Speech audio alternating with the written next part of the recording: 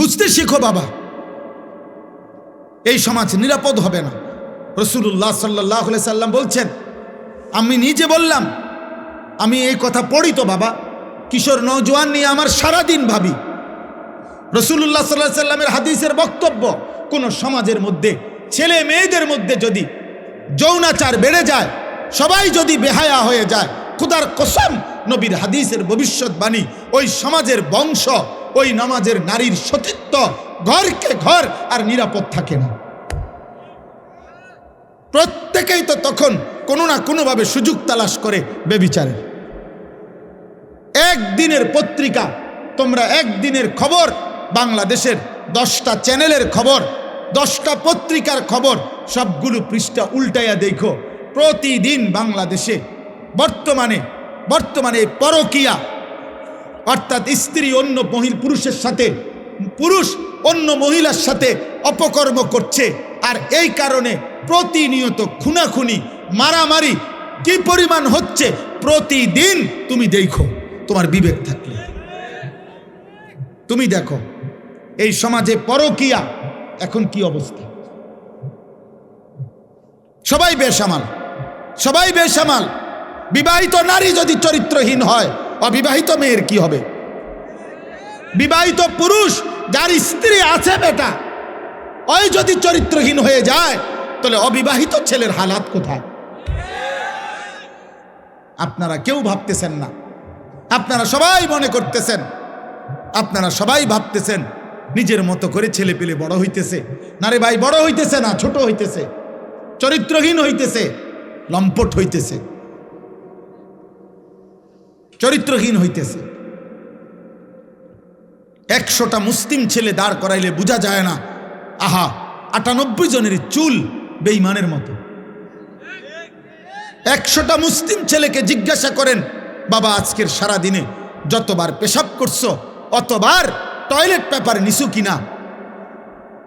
100 জন মুসলিম ছেলেকে জিজ্ঞেস করেন, গত 100 দিনের মধ্যে বাবা 5 ওয়াক্ত নামাজ পড়েছো কয়দিন? 100টা মুসলিম ছেলেকে জিজ্ঞেস করেন, গত 24 ঘন্টার মধ্যে মোবাইলে নারী ছবি, উলঙ্গ দৃশ্য দেখেছ রাতে দিনে মিলে কতবার? 100টা যুবক ছেলেকে বলেন, বাবা 24 ঘন্টার ভিতরে তোর কলিজার ভিতরে হারাম নারীর চাহিদা হয়েছে কয়বার, আর আল্লাহর কথা মনে পড়ছে কয়বার? তাহলে জাতি টিকবে কিভাবে? দেশ টিকবে কিভাবে? সমাজ টিকবে কিভাবে? কোনো কিছুতেই আমাদের দেশের কোনো কিছুতেই নিয়ন্ত্রণ নাই। কোন রাস্তা বছরের মাথায় এলোমেলো হয়ে যায়, কোনো জায়গায় কোনো শৃঙ্খলা গুছানো যায় না। সোজা করলেই মনে হয় যেন সিরিয়াল লাইন করাইলে, পিছনের জনরে লাইন সিরিয়াল করিলে সামনের জন বেকা হয়ে যায়। কেন এমন কেন বাপ? আমরা সবাই নিজের মতো করে বেড়ে উঠতেছি। গুনাহ আমাদের প্রিয় হয়ে গেছে, গুনাহ আমাদের জীবনের সঙ্গী হয়ে গেছে। নারী, ছবি, নাটক, সিনেমা, টেলিভিশন, নর্তকী। আজকে আমরা বেশিরভাগ মানুষ, এই আমার কথা আমি শেষ করতে চাচ্ছি, আজকে আমাদের বেশিরভাগ মানুষ আমরা আমাদের জীবনটাকে 2টা ভাগ করে নিছি। এক ভাগ 8 ঘন্টা 10 ঘন্টা উপার্জন, হয় চাকরি, নয় ব্যবসা, নয় ক্ষেত খামার, একটা কিছু, নয় বিদেশের কোনো ডিউটি। এই 8-10 ঘন্টা কর্ম করে, আর বাকি যতক্ষণ ঘুম না যায় বাকি টাইম বিনোদন, হয় গান, নয় নাটক, নয় সিনেমা, নয় টেলিভিশন, নয় বন্ধুদের সাথে আড্ডা, নয়তো চটপটি খাইতেছে, নয়তো মহিলা বাজারে ঘুরতেছে, বিনোদন। তাহলে একবেলা কর্ম, আরেক বেলা বিনোদন। তো আল্লাহ কই, রসুল কই, আখেরাত কই, কবর কই, পরকালের ভাবনা কই? মা জানে না গত 24 ঘন্টায় তার ছেলেটা কি করছে। বাবা জানে না গত 24 ঘন্টায় তার ছেলেটা কোত্থেকে গেছে, কোথায় কি করছে, বাপের খবরও নেই। এভাবে তো মানুষ গড়ে না রে বাবা, এভাবে গড়ে না। আমার আম্মার বয়স 75 বছর, আমার মা অসুস্থ দুর্বল মা আমার, আলহামদুলিল্লাহ আমার সেই মা আজও এই 75 বছর বয়সেও যখনই মার সাথে কথা বলি, মা জিজ্ঞেস করে, ফুত নামাজ পড়ছো? এখনো জিজ্ঞাসা করে, এখনো জিজ্ঞেস করে। আমার পড়ালেখার পুরা জীবন আমার মনে আছে। আমার বাবা, আমার মা, আমার বড় ভাই আমার দিকে পুরাপুরি নজর রাখছে। আমি একবারের চুল 3 বার কাটাইছে, শুধু সামান্য 19-20 হয়েছে। আমার জীবনে কোনোদিন একটা এম্বোটারি পাঞ্জাবি পরতে দেয় নাই। আমার জীবনে কোনোদিন একটা রঙিন টুপি আমি জীবনে কোনোদিন পরি নাই। তাইলে বাপ, জীবনে কেউ ধরে রাখতে হয়, মানুষ বানাইতে হইলে। আর শুধু উপার্জন করবে, টাকা রোজগার করবে, এটার জন্য কেউ ধরে রাখতে হয় না। তার পেরেশানি, কারণ তার টাকা দরকার, যখন সে একটা না একটা কর্ম করে। হালাল হারাম বুঝি না, তার দরকার হলো টাকা। টাকা রোজগার করার জন্য মানুষ, তখন আর এটা সহজ, এটার জন্য এত টেনশন করতে হয় না। আমনে মরে গেলে আমনের ফুতে টাকা রোজগার করবেনি না, অভাব তাকে উপার্জন করাইতে বাধ্য করবে, প্রয়োজন তাকে উপার্জন করাইতে বাধ্য করবে। সে কর্ম করবেই, কারণ তার তো টাকা দরকার। এটা তো সহজ বিষয়, এটার জন্য এত কিছু লাগে না। কিন্তু মানুষ বানাইতে হইলে, চরিত্রবান বানাইতে হইলে, উত্তম আখলাকওয়ালা বানাইতে হইলে, আখিরাতের মুক্তির জন্য বানাইতে হইলে ধরে রাখতে হয়, টেনে ধরতে হয়, দিন শিখাইতে হয়, আখিরাত শিখাইতে হয়, জোর করে নামাজ পড়াইতে হয়। এই জন্য আমরা কিতাবের মধ্যে পড়ছি যে মনের চাহিদা, মানুষের মনের চাহিদা ওই বাচ্চার মতো, যেই বাচ্চা মায়ের বুকে দুধ পান করে। কথাটা খেয়াল করেন, অর্থাৎ বাচ্চা যেটা দুধ পান করে মায়ের, 2 বছর পূর্ণ হইলে মহিলারা যেই কোনো বাচ্চাকে জোর করে দুধ ছাড়ায়। অর্থাৎ এটার জন্য বাচ্চা অনেক কাঁদে, চিৎকার করে, কান্নাকাটি করে, কিন্তু 2 বছর পূর্ণ হইলে মহিলারা বুকের দুধ ছাড়ায়। অর্থাৎ বাচ্চারে আর কোনোভাবে দুধ পান করতে দেয় না। এটা যদি 2 দিন, 5 দিন, 15 দিন মহিলা জোর করে যদি চেষ্টা না করে, এই বাচ্চা কিতাবে লিখছে, এই বাচ্চা 12 বছরও যদি হয়ে যায়, মহিলা যদি জোর না করে, তার দুধ না ছাড়ায়, তাইলে সে দুধ ছাড়বে না, সে বুকের দুধ পান করতে চাইবে। এই জন্য নিয়ম হইল, মানুষের মনের চাহিদাকে কেউ যদি জোর করে আল্লাহর দিকে না ফিরায়, গুনাহ থেকে না বাঁচায়, আল্লাহর দিকে না ফিরায়, জোর করে যদি নামাজ না পড়েন, জোর করে যদি গুনাহ থেকে না বাঁচেন, জোর করে যদি নারীর থেকে চেহারা না নামান, খোদার কসম 100 বছর না, বয়স যদি 900 বছর হয়, আর নিজে যদি জোর না করে, তাহলে এই বুড়ো নারী দেখার লোভ তার যাবে না কোনোদিন। এই জন্য দেখবেন বহু বুড়া মানুষ আছে, বাঁকা হয়ে গেছে, কিন্তু বুড়া চা দোকানে বসে বসে রাক্ষসের মতো নর্তকীর নাচ দেখে। বুড়ার খাচ্ছ ভালো হয়েছে রং কেন? ওই যে সে যে ধরে নাই নিজেকে, গুনার হাতে ছেড়ে দিছে।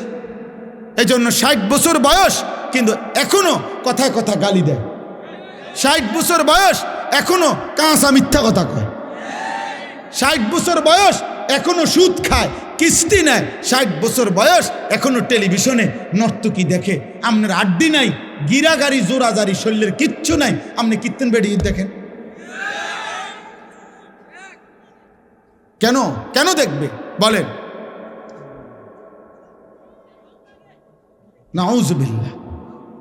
হ্যাঁ, এটা বুঝতে হবে। আমরা এটাই বুঝাইতে চাই আমি। অর্থাৎ মানুষের অন্তরের চাহিদা, নফসের চাহিদা গুনাহ করাইতে চায়, জোর করে টেনে ধরতে হয়, জোর করে। জোর নারী দেখা তো সহজ, চোখ নামানো কঠিন। মিথ্যা বলা তো সহজ, কিন্তু সর্বদা সত্য বলা কঠিন। শুয়ে থাকা তো সহজ, কিন্তু ফজরের নামাজের জন্য উঠা কঠিন। যে মাঠে আপনারা দাঁড়াবেন, ওই একই মাঠে আমরাও দাঁড়াব। যার কাছে আপনারা হিসাব দিবেন, আমরাও হিসাব দেব। ইয়াউমা ইয়াকুমুন নাসু লিরাব্বিল আলামিন। আল্লাহ তাআলা বলেন, সেদিন সমস্ত মানুষ মহান আল্লাহ তাআলা রব্বুল আলামিনের সামনে দাঁড়িয়ে থাকবে হাসরের দিন। নবীজি সাল্লাল্লাহু আলাইহি ওয়াসাল্লাম বলছেন, মাউদাউ কাদামিন, এই পাওটা রাখতে যেটুকু জায়গা মাটিতে, পায়ের তলা, ঠিক এতটুকু জায়গায় শুধু প্রত্যেকে দাঁড়াবে। এর অতিরিক্ত এক সুতা আগে বাড়তে পারবে না, পিছনেও যাইতে পারবে না, ডানেও না বামে। শুধু দাঁড়িয়েই থাকবে। এখন দাঁড়িয়ে থাকবে কতক্ষণ? সরেন 2-4 মিনিট, ঠিক না? প্রথম দিন 50,000 বছর। ফি ইয়াউমিন কানা মিকদারুহু 50,000 সানা। কোরআনুল কারীমের আয়াত।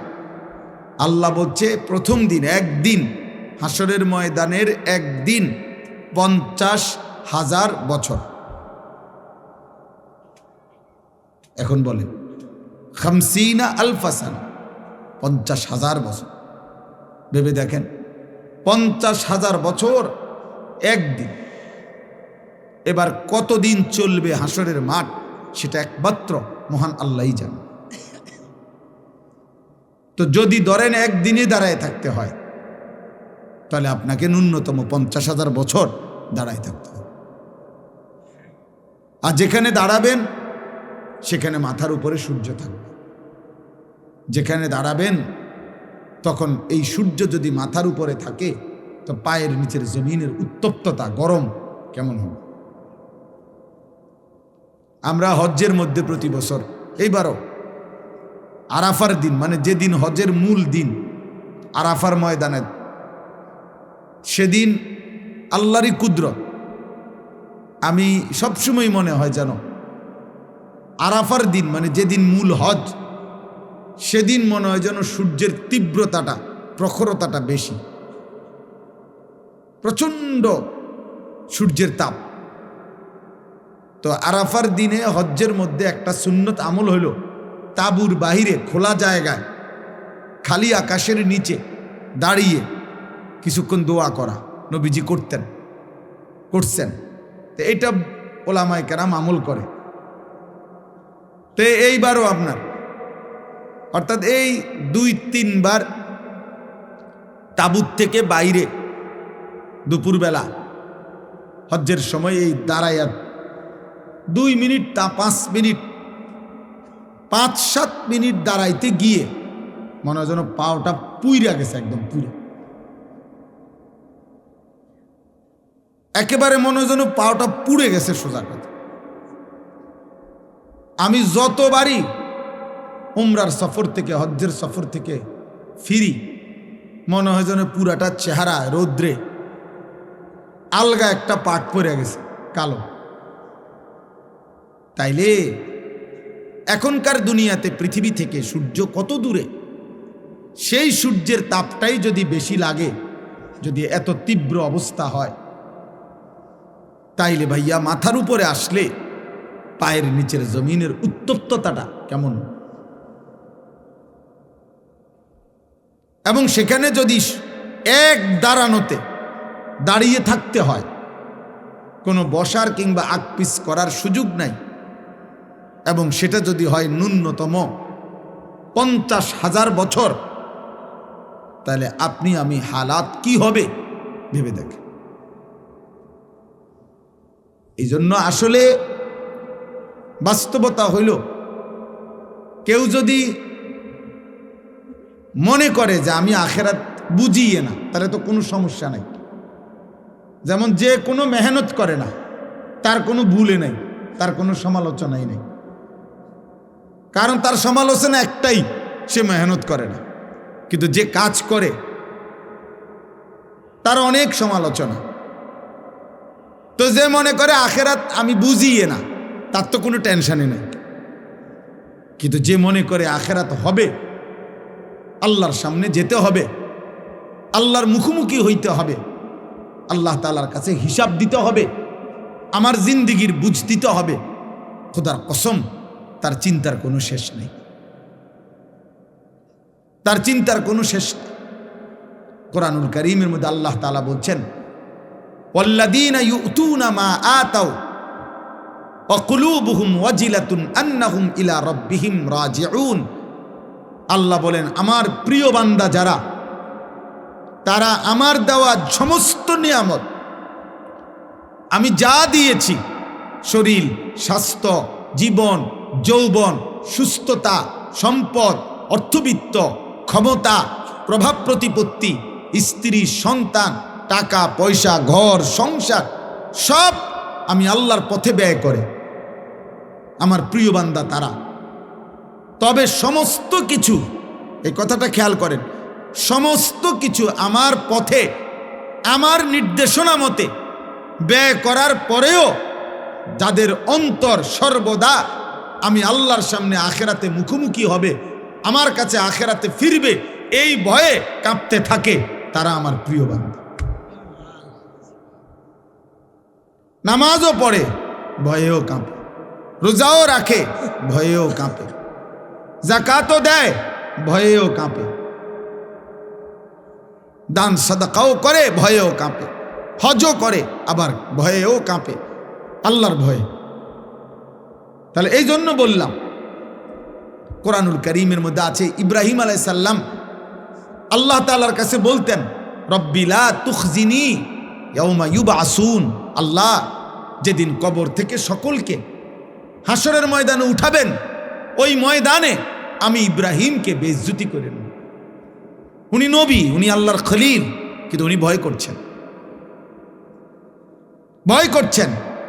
আমাদের অনেকের কাছে এটা কিছুই না, কিন্তু ইমানদারের কাছে এটা অনেক কিছু। নেককারের কাছে আখেরাত অনেক কিছু, নাফরমান পাপীর কাছে এটা কিছুই না, বেঈমানের কাছে এটা কিছুই না রে আব্বা। ফাসেক ফুজ্জারের কাছে জীবনে যার নামাজ নাই, সেজদা নাই, আল্লাহ নাই, রসুল নাই, পাক নাফাক নাই, হালাল হারাম নাই।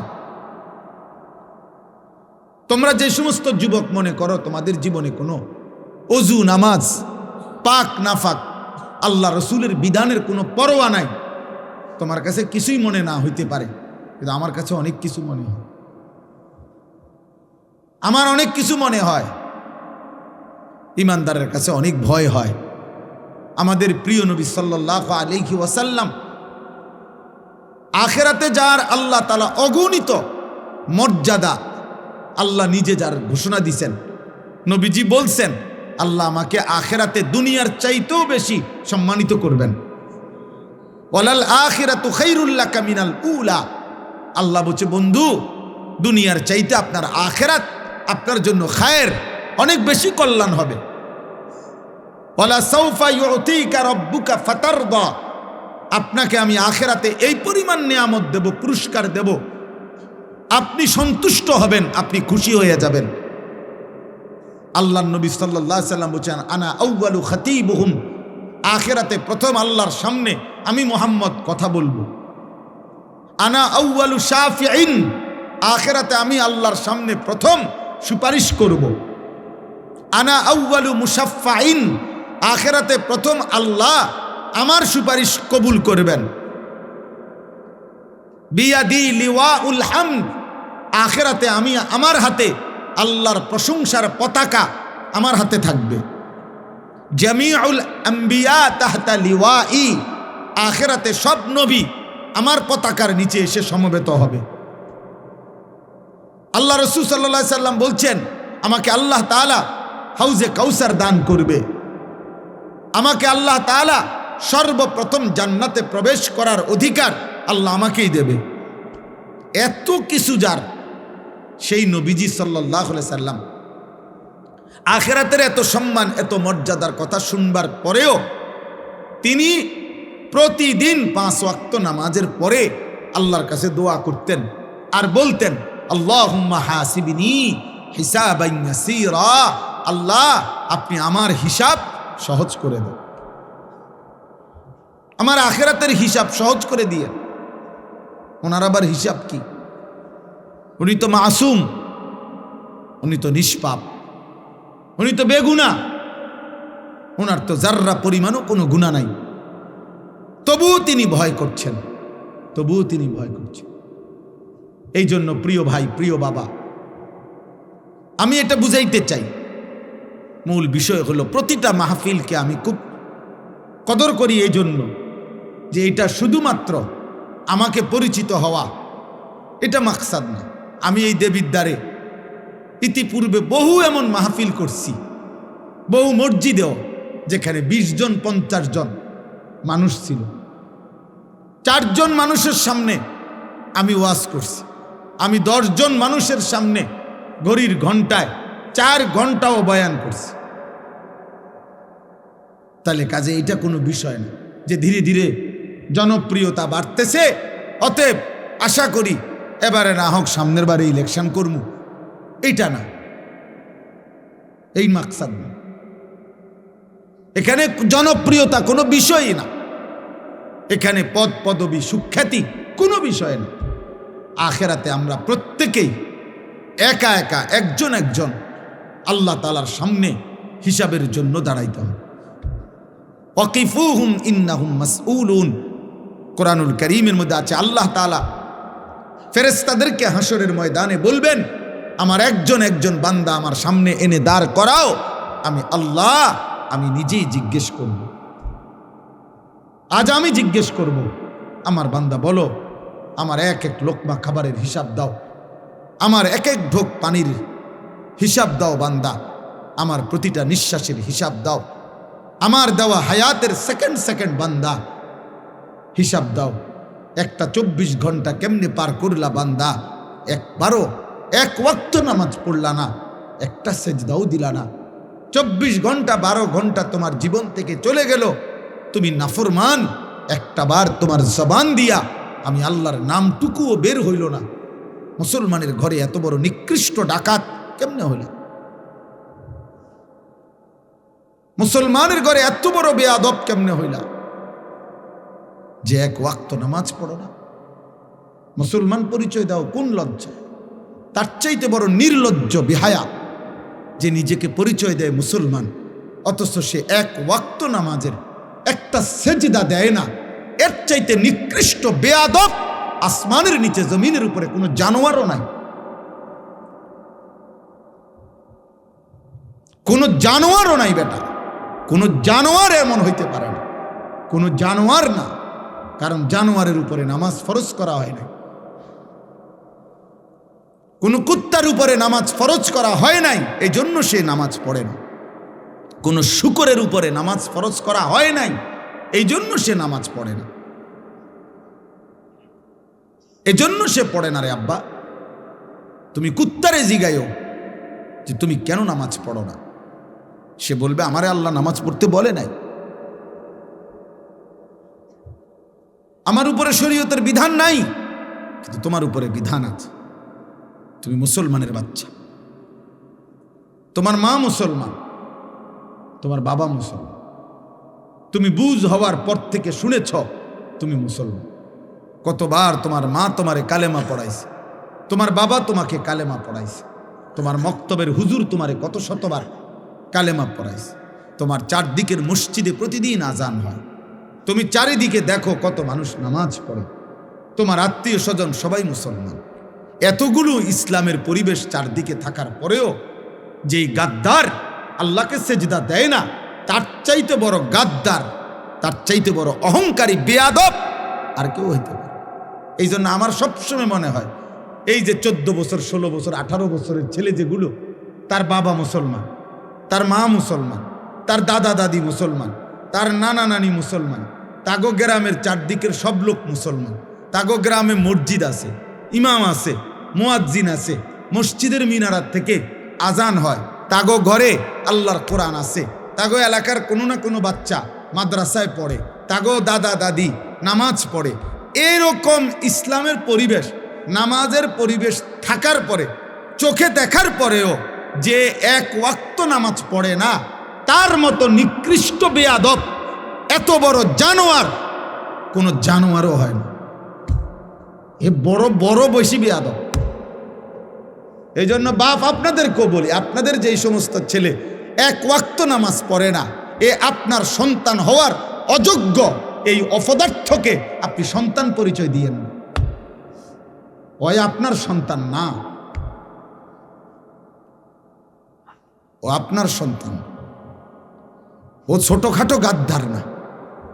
তে চারিদিকে ইসলামের পরিবেশ, এরপরও হেতে এত কম বয়স, মাত্র 16 বছর, কিন্তু বেয়াদব, এত বড় বেয়াদব, 16 বছর বয়সেই মাত্র আল্লাহকে কোনো 2 পয়সার পাত্তা দেয় না। এই গাদ্দার তো 40 বছর বয়সে দাজ্জাল হয়ে যাবে।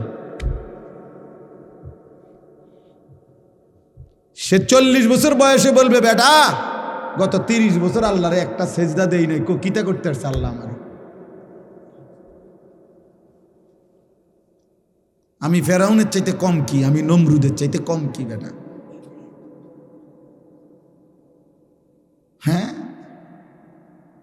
তা আল্লাহ বলবে, বান্দা বেশি কিছু তো আর খাও না, তুমি না মনে করছো তুমি অনেক রঙে আসো, কিন্তু তোমারে আমি যা খাওয়াই দুনিয়ায় এর চাইতে বেশি আমি জানোয়ারে খাওয়াই। আমার বাঘ, আমার সিংহ, আমার গরু ছাগল, আমার কুকুর বিড়াল তোমার চাইতে বেশি খায়। জঙ্গলের প্রাণীরা বেশি খায়, সাগরের প্রাণীগুলো বেশি খায়, এবং আমাদের চাইতে ফ্রেশ পিওর খাবার জঙ্গলের প্রাণী খায়। কোনো বাঘের খাবারে কোনো ফরমালিন নাই, কোনো সিংহের খাবারে কোনো ফরমালিন নাই, কোনো ভাল্লুকের খাবারে কোনো ফরমালিন নাই, কোনো ভেজাল নাই, পিওর খাবার, পিওর গোশত খায়। আমাদের সব খাবারের মধ্যেই ঝামেলা, আমাদের সব খাবারের মধ্যে ফরমালিন আছে, আমাদের সব খাবারের মধ্যে ধোঁকা আছে। তাহলে আমরা সামান্য ধোঁকা মিশ্রিত দুনিয়া ভোগ করি, এতটুকুতেই আল্লাহকে এভাবে ভুলে গেলাম। আস্তাগফিরুল্লাহ। এই জন্য বাবা, প্রতিটা মাহফিলের মাকসাদ আমি বুঝি এটা আখিরাত। আখিরাত যদি আখিরাতের ভাবনা না আসে, যদি মৃত্যুর কথা মনে না পড়ে, যদি কবরের কথা মনে না পড়ে, যদি পরকালের কথা মনে না পড়ে, তাহলে ওই ওয়াজ, ওই মাহফিল বৃথা, ওইটা বৃথা। তাইলে কোনো ফায়দা নাই, কোনো অর্থ নাই।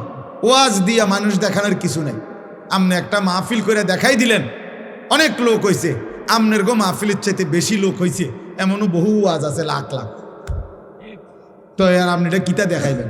এটা যদি এমন কিছু হইতো যে পৃথিবীতে আজ 15ই ডিসেম্বর আমি পৃথিবীকে একটি নতুন চমক দেখাইলাম, যে আমি একটি মাহফিল করলাম, মানুষে কবা হাসবে, ব্যাকল মাহফিল বুঝি তুই নতুন দেখালি, এটি তো ডেইলি ওয়াজ, তো ডেইলি হইতে আছে, মাহফিল তো ডেইলি হইতেছে। তাইলে এটা কিছুই না, প্রদর্শনীর কিছু নাই। আখেরাত, আখেরাত, কবরের ফিকির, আখেরাতের ফিকির, মৃত্যুর ফিকির। আমি আর তুমি ভাই, জোয়ান ছেলেরা, বাবা মনে রাখো, আব্বা তুমি আমি যদি সবাই মিলে এটা বুঝে নিতাম যে খাইয়া পইরা দুনিয়া সমান সমান, পেটে ভাতে দুনিয়া, এরপরে আর কিছু নাই। মৃত্যু মানে শেষ, মৃত্যু মানে হারিয়ে যাওয়া, মৃত্যু মানে নিশ্চিহ্ন হয়ে যাওয়া। না রে ভাব, আল্লাহ তাআলা বলছেন, বান্দা মৃত্যু মানে নিশ্চিহ্ন না, মৃত্যু মানে আমি আল্লাহর কাছে ফিরে আসা, মৃত্যু মানে আমার কাছে আসা, আমার কাছে। কুল ইয়াতাওয়াফাকুম মালাকুল মাউত আল্লাযী ওয়াক্কিলা বিকুম সুম্মা ইলা রাব্বিকুম তুরজাউন। আল্লাহ কোরআনে বলেন, হে নবী আপনি বলে দেন, তোমাদের সকলকে আমি আল্লাহর পক্ষ থেকে নির্ধারিত ফেরেশতা মালাকুল মউত আজরাইল তোমাদের মৃত্যু ঘটাবেন, এবং অতঃপর তোমরা সকলেই ইলা রাব্বিকুম তুরজাউন, তোমাদের রবের কাছেই ফিরবে। মৃত্যু মানে হারিয়ে যাওয়া না, মৃত্যু মানে আল্লাহর কাছে ফিরে যাওয়া। কোরআনুল কারীমের মধ্যে আছে, আল্লাহ বলেন, ফাকাশাফনা আনকা গিতাআকা ফাবাসারুকাল ইয়াওমা হাদীদ। আল্লাহ বলেন, মৃত্যু মানে তোমার চোখে, তোমরা মনে করেছো মৃত্যু মানে এই লোকটা চোখ বন্ধ করে ফেলছে, আর কিছু দেখে না। আল্লাহ বলে, না বান্দা, দুনিয়ার এই অংশ থেকে আমি তার চোখ বন্ধ করছি। মৃত্যু মানে আমি তার চোখ আগের চাইতে পাওয়ারফুল করে দিয়ে কবর থেকে এবার এমন চোখ খুলে দিছি যে কবরের মাটির থেকেই সে জাহান্নাম পর্যন্ত দেখতে পারে। এই জন্য মৃত্যুর মাধ্যমে মানুষের চোখের দৃষ্টি কমে না, বাড়ে। ফাবাসারুকাল ইয়াওমা হাদীদ, আজ তোমার চোখের দৃষ্টি, আল্লাহ বলছে, মৃত্যুর পরে আরো তীক্ষ্ণ, আরো বেড়ে গেল, বেড়ে গেল। এখন তো আমি আধা কিলো দেখি না, কিন্তু মৃত্যুর পরে চোখ বন্ধ করার পরে দুনিয়া থেকে কবরে গেলেই মানুষ কবর থেকে এই চোখ দিয়েই জান্নাত কিংবা জাহান্নাম সরাসরি দেখবে। চোখের পাওয়ার বেড়ে যাবে, চোখের দৃষ্টি বেড়ে যাবে। এই জন্য মৃত্যু মানে হারিয়ে যাওয়া না। এই একই কথা আল্লাহ তাআলা বারবার বলছেন, বারবার। আমরা হুজুররা, আমরা মোল্লা, আমরা মৌলবী, আমরা এই হুজুর, আমরা জীবন আপনাদেরকে আখেরাত, কবর, মৃত্যু, পরকাল এ কথা মনে করাই। কেন? অনেক মানুষ বিদ্রুপ করে হুজুরদের কাছে, আর কোনো কথা নাই, কেবল কবরের কথা কয়, কেবল আখেরাতের কথা কয়। হ ভাইয়া, আর কোনো কথা নাই। ডাক্তারের কাছে কেবল চিকিৎসার কথা, ইঞ্জিনিয়ারের কাছে কেবল বিল্ডিং প্ল্যানিংয়ের কথা, রাজমিস্ত্রির কাছে কেবল ইট বালু সিমেন্টের কথা, কাঠ মিস্ত্রির কাছে কেবল কাঠ, টিন, জলুই, ফেরেক এটারই কথা। যে যেই কাজ করে তাকে ওই কথা বললে ওইটাই মানায়, সে অন্য কথার পণ্ডিতি করলে এটা মানায় না। মোল্লা, মুন্সি, মৌলবী, আলেম, ওলামা, আমাদের জিম্মাদারি আল্লাহর বান্দাদেরকে আখেরাতের দিকে তৈরি করা, পরকালের জন্য তৈরি করা। আর খোদার কসম, এটাই সত্য যে আখেরাতের প্রস্তুতি, আখেরাতের চিন্তা এটাই শ্রেষ্ঠ প্রস্তুতি, এটাই সর্বশ্রেষ্ঠ চিন্তা। আপনি মরে গেলেও আপনি চিন্তা করেন না আপনার ফুট বাঁচবো। আমি মরে গেলে, অনেক মানুষ আছে না, আমি মরে গেলে আমার জি ফুটটি কেমনে জানি চলবো। আমনের বাপ মরাতে আপনি যেমনি চলছেন, এই আমনে মরার পরেও আমনের জি ফুট এমনি চলবে। আপনি কোনো টেনশন করেন না। আপনি এত মিথ্যা বলার দরকার নাই।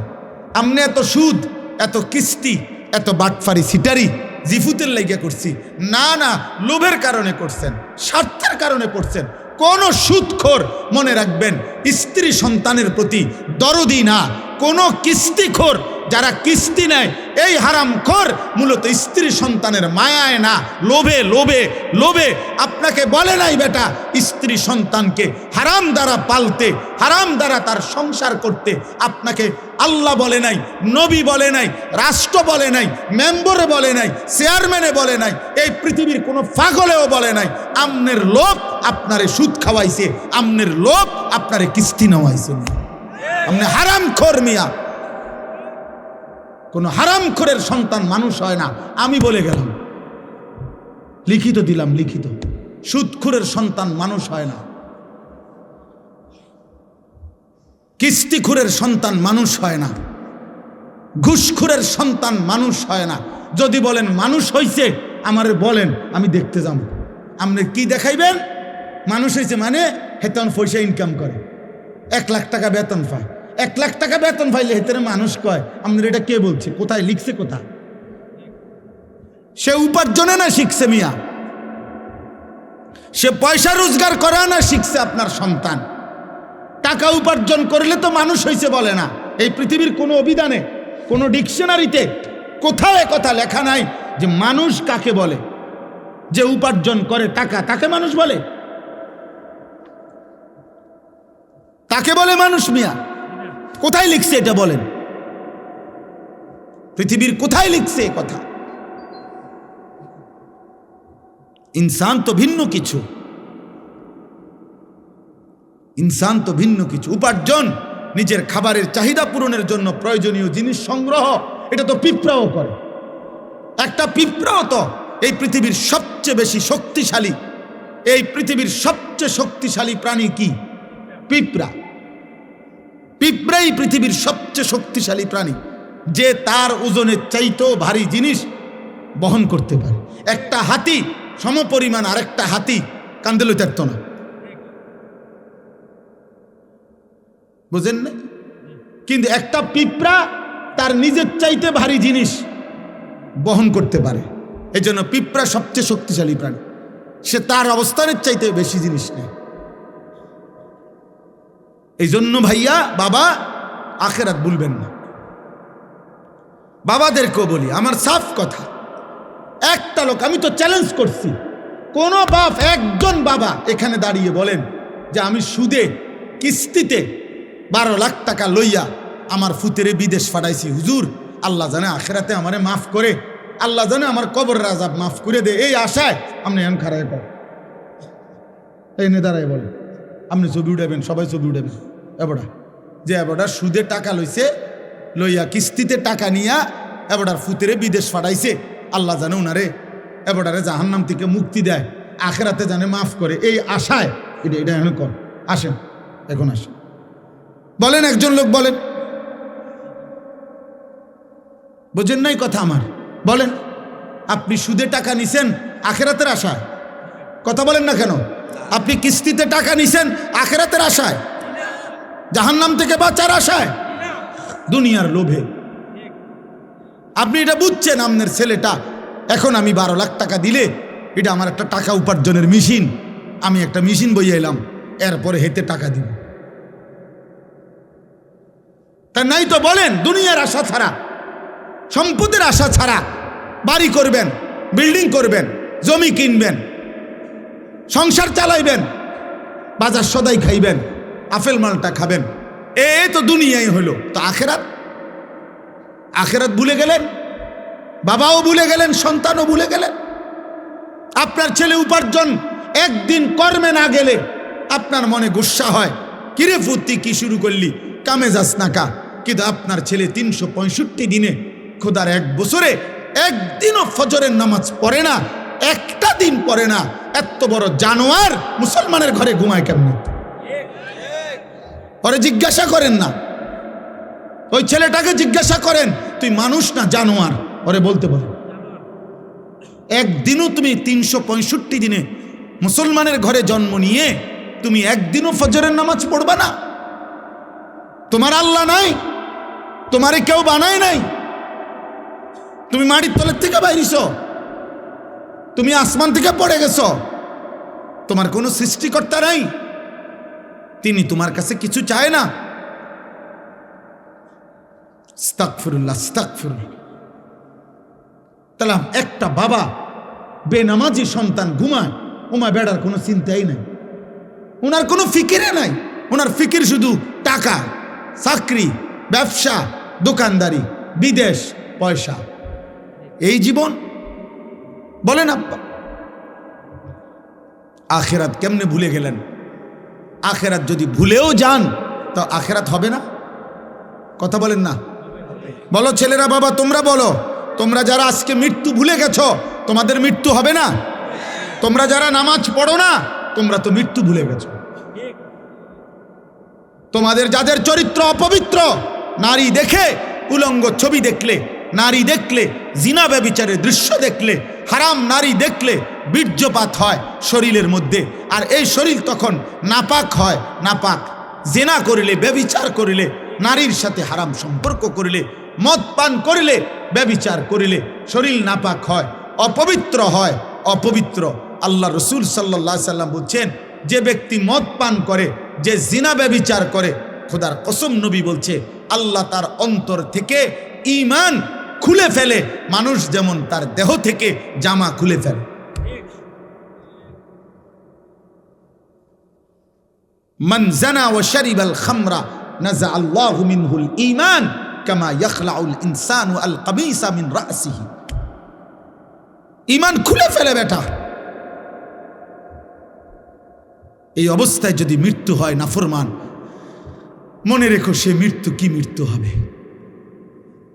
আল্লাহ রসুল সাল্লাল্লাহু আলাইহি সাল্লাম বলেন, বুখারীর হাদিস, লা ইয়াজনি জানি হিনা ইয়াজনি ওয়া হুয়া মুমিন। কোন ব্যক্তি যখন জিনা করে, ব্যভিচার করে, কোন মেয়ের সাথে হারাম সম্পর্ক করে, খোদার কসম নবী বলছে সে মুমিন থাকে না। লা ইয়াশরাবুল খামরা হিনা ইয়াশরাবু ওয়া হুয়া মুমিন। নবীজি বলছে যে নেশাখোর মদ পান করে, আল্লাহ রসুল বলছে সে মুমিন থাকে না। লা ইয়াসরিকু সারিকু হিনা ইয়াসরিকু ওয়া হুয়া মুমিন। আল্লাহ নবী বলেন যে চুরি করে, চুরি করে, আল্লাহর কসম নবী বলছে সে মুমিন থাকে না। আর চুরি শুধু নামওয়ালা চুরি না, যেখানেই আপনি কাউরে ওজনে কম দিলেন, এটা চুরি না? কথা বলেন না কেন? রাষ্ট্রের সম্পদ যারা চুরি করে তারা চোর না? জনগণের সম্পদ যারা চুরি করে তারা চোর না? ভদ্রলোক, আপনি কথা তো শুদ্ধ কন। একেবারে স্যুট পরা, বুট পরা, একদম টাই টুই লাগানো, আপনি তো বাটপার। মিথ্যা কথা বলেন। আপনি তো 1 খোঁচা দিয়ে 100 কোটি টাকা মেরে দিচ্ছেন, তাহলে আপনি তো শুদ্ধ চোর। আপনি তো কথা তো শুদ্ধ বলেন। এই জন্য বললাম আব্বা, 2টা শব্দ ইংরেজি বলা, প্যান্ট পরা, স্যুট পরা, শুদ্ধ ভাষায় কথা বলা, টাকা পয়সা উপার্জন করা, এর নাম মানুষ না। মানুষ ভিন্ন কিছু, ইনসান ভিন্ন কিছু, ভিন্ন কিছু। যদি বলেন আপনাদের হুজুরদের মধ্যেও তো এরকম অনেকের থাকতে পারে ত্রুটি, হ্যাঁ থাকতে পারে, আমি কি অস্বীকার করছি নাকি? হুজুর হিসাব দিবে না? কথা বলে না কেন? ইমাম সাহেব হিসাব দিতে হবে না? ইমাম সাহেব কি বেহেস্ত টেন্ডার লয়ে লাইছে নাকি? তাইলে বক্তা সাহেব কি ব্যস্ত? আমি কি এখন ব্যস্ত থেকে আসছি? আমি ক্যান্টনমেন্ট থেকে আসছি, সাবের বাজার থেকে। হিসাব আমাকেও দিতে হবে, আপনাকেও দিতে হবে। এজন্য আমিও চেষ্টা করি, আপনিও চেষ্টা করবেন। আমি তো আল্লাহকে সাক্ষী রেখে বলতে পারি ইনশাআল্লাহ। আপনি বলেন, আমি বলি, আমি 5 ওয়াক্ত নামাজ আজকে জামাতের সাথে পড়ছি। আপনি দাঁড়ান, যুবক ভাই তোমরা তো বলো। এই জন্য একজন আরেকজনের কাঁধা ছোড়াছড়ি করলে হবে না। আপনারও তো দোষ আছে না, আপনারও তো দোষ আছে, এ কথা বললে হবে না। আব্বা আপনার দোষ আমার দোষ প্রশ্ন না। আমাদের প্রত্যেকেই আল্লাহর সামনে যেতে হবে, আখেরাতে যেতে হবে। এই গুনাহ থেকে বাঁচতে হবে, গুনাহ থেকে বাঁচতে হবে। প্রতিটা গুনাহ বাবা, প্রতিটা গুনাহ, প্রতিটা পাপ, খোদার কসম আল্লাহর নবী বলছেন ওয়া ইন্নাল ফুজুরা ইয়াহদি ইলান নার। নবীজি বলছেন উম্মত, প্রতিটা গুনাহ তোমাদেরকে জাহান্নামের দিকে টেনে নিয়ে যায়। এই নারী ছবি, এই নাচ গান, এই অস্থিরতা, এই বেহায়াপনা, এই অসভ্যতা, এই নোংরামি, এই মদ জুয়া, সুদ ঘুষ কিস্তি, আমাদের মা বোনেদের বেপর্দা জিন্দিগি। আহা, আপনাদের ঘরে এখন আর আপনারা নিজ চোখে দেখা আপনাদের এক এক মেয়ে, আপনাদের বোন, আপনাদের কন্যা, আপনাদের স্ত্রী বেসামাল, বেসামাল, মন মতো পোশাক পরে, মন মতো জামা গায়ে দেয়, কত রঙে, কত ডিজাইনে, কত ঢঙ্গে সাজে, রাস্তায় রাস্তায় ঘুরে, বাজারে মার্কেটে প্রতিনিয়ত ঘুরতে থাকে। আহারে, বাপ কোথায়, স্বামী কোথায়, ভাই কোথায়, আত্মীয় কোথায়, অভিভাবক কোথায়? তোমাদের যুব, পিছনে তাকায়ও না, পিছনে তাকাবা না। তোমাদের একটা একটা ছেলেকে আমি বলি, বাবা তোমরা এই সমাজের ছেলে, আমার কথা মনে রাখো। তোমরা যেভাবে আজকে নামাজ ছাড়া এই মোবাইলে আসক্ত হয়ে, তোমরা যেভাবে নারী ছবি আসক্ত হয়ে গেছ, তোমাদের আগামী 10 বছর পরে আল্লাহ চাহে তো হায়াত দিলে, আজকে তোমাদের যাদের বয়স 14, 16, 18, 20 বছর, তোমরা প্রত্যেকেই হারাম প্রেম তালাশ করছো, তোমরা প্রত্যেকেই কোনো না কোনো মেয়ের সাথে সম্পর্ক করতে চাচ্ছ, তোমরা নামাজ ছেড়ে দিচ্ছ। আমার আব্বা মনে রাখো, আগামী 10 বছর পরে, আগামী 15 বছর পরে হতে পারে তোমাদের তখন বিয়ের প্রয়োজন হবে, তোমার বোনেরও বিয়ে দিতে হবে, তোমারও বিয়ে করতে হবে। পবিত্র স্বামী তোমার বোনের জন্য একটা নেককার পবিত্র ছেলে কই বাবা, তোমার জন্য একটা চরিত্রবান মেয়ে কই পাইবা? তোমরাই তো তোমাদের সমাজ শেষ করে দিচ্ছ। আমার কথা হাসি দিয়ে উড়াই দিও না, একজনও ভাইবা, একজন। তোমার সমাজ তো তুমি, তোমার যদি কোনোদিন 1 ওয়াক্ত নামাজ পড়তে মন না চায়, তো তোমার সমাজের বাকি ছেলেদের কি অবস্থা?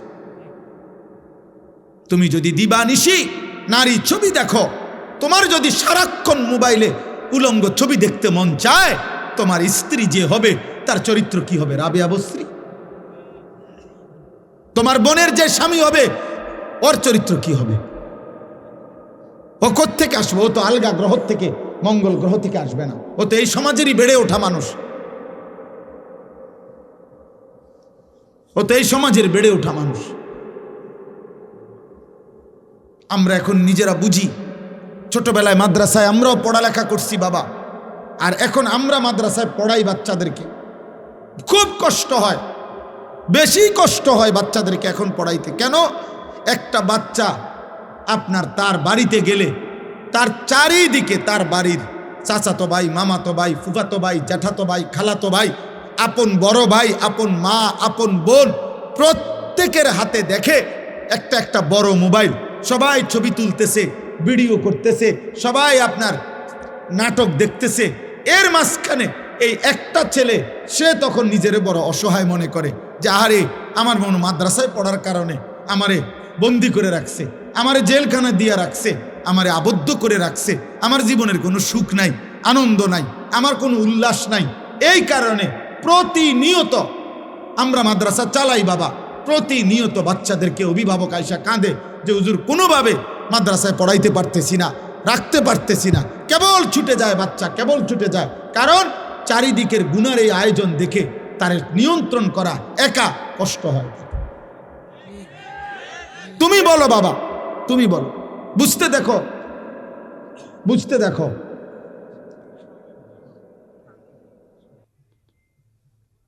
বুঝতে শিখো বাবা, এই সমাজ নিরাপদ হবে না। রাসূলুল্লাহ সাল্লাল্লাহু আলাইহি সাল্লাম বলছেন, আমি নিজে বললাম, আমি এই কথা পড়ি তো বাবা, কিশোর নওজোয়ান নিয়ে আমার সারাদিন ভাবি। রাসূলুল্লাহ সাল্লাল্লাহু আলাইহি সাল্লামের হাদিসের বক্তব্য, কোন সমাজের মধ্যে ছেলে মেয়েদের মধ্যে যদি যৌনাচার বেড়ে যায়, সবাই যদি বেহায়া হয়ে যায়, খোদার কসম, নবীর হাদিসের ভবিষ্যৎবাণী, ওই সমাজের বংশ, ওই নামাজের নারীর সতীত্ব ঘরকে ঘর আর নিরাপদ থাকে না। প্রত্যেকেই তো তখন কোনো না কোনোভাবে সুযোগ তালাশ করে বেবিচারের। একদিনের পত্রিকা, তোমরা একদিনের খবর, বাংলাদেশের 10টা চ্যানেলের খবর, 10টা পত্রিকার খবর, সবগুলো পৃষ্ঠা উল্টাইয়া দেখো, প্রতিদিন বাংলাদেশে বর্তমানে পরকীয়া, অর্থাৎ স্ত্রী অন্য পুরুষের সাথে, পুরুষ অন্য মহিলার সাথে অপকর্ম করছে। আর এই কারণে প্রতিনিয়ত খুনাখুনি, মারামারি কি পরিমাণ হচ্ছে প্রতিদিন তুমি দেখো, তোমার বিবেক থাকলে তুমি দেখো এই সমাজে পরকীয়া এখন কি অবস্থা। সবাই বেসামাল, সবাই বেসামাল। বিবাহিত নারী যদি চরিত্রহীন হয়, অবিবাহিত মেয়ের কি হবে? বিবাহিত পুরুষ যার স্ত্রী আছে বেটা, ওই যদি চরিত্রহীন হয়ে যায়, তাহলে অবিবাহিত ছেলের হালাত কোথায়? আপনারা কেউ ভাবতেছেন না, আপনারা সবাই মনে করতেছেন, আপনারা সবাই ভাবতেছেন নিজের মতো করে ছেলে পেলে বড় হইতেছে। না রে ভাই, বড় হইতেছে না, ছোট হইতেছে, চরিত্রহীন হইতেছে, লম্পট হইতেছে, চরিত্রহীন হইতেছে। 100টা মুসলিম ছেলে দাঁড় করাইলে বোঝা যায় না, আহা 98 জনের চুল বেঈমানের মতো। 100টা মুসলিম ছেলেকে জিজ্ঞাসা করেন, বাবা আজকের সারা দিনে যতবার পেশাব করছো, অতবার টয়লেট পেপার নিছু কিনা? 100 জন মুসলিম ছেলেকে জিজ্ঞেস করেন, গত 100 দিনের মধ্যে বাবা 5 ওয়াক্ত নামাজ পড়েছ কয়দিন? 100টা মুসলিম ছেলেকে জিজ্ঞেস করেন, গত 24 ঘন্টার মধ্যে মোবাইলে নারী ছবি, উলঙ্গ দৃশ্য দেখেছ রাতে দিনে মিলে কতবার? 100টা যুবক ছেলেকে বলেন, বাবা 24 ঘন্টার ভিতরে তোর কলিজার ভিতরে হারাম নারীর চাহিদা হয়েছে কয়বার, আর আল্লাহর কথা মনে পড়ছে কয়বার? তাহলে জাতি টিকবে কিভাবে?